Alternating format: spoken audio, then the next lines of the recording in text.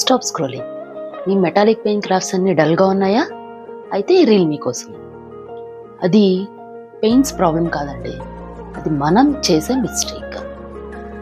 Bottle open చేసిన వెంటనే చూస్తే paint pigment and metallic particles అన్నీ కూడా బాటంలో సెటిల్ డౌన్ అయిపోయి ఉంటాయి. మరి అలాగే పైన వాటరిష్ పెయింట్ని తీసుకొని పెయింట్ చేస్తే షైనింగ్ ఉంటుందా? ఉండదు కదా. మరి సొల్యూషన్ ఏంటి?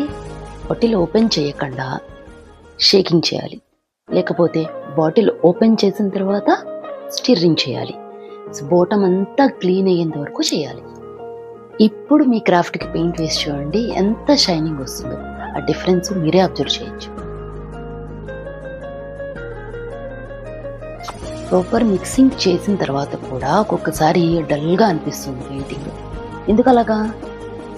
అది ఎందుకంటే థిక్ పెయింటింగ్ వల్ల జరుగుతుంది. మరి దానికి సొల్యూషన్ ఏంటి? Watch it in the next part of the video.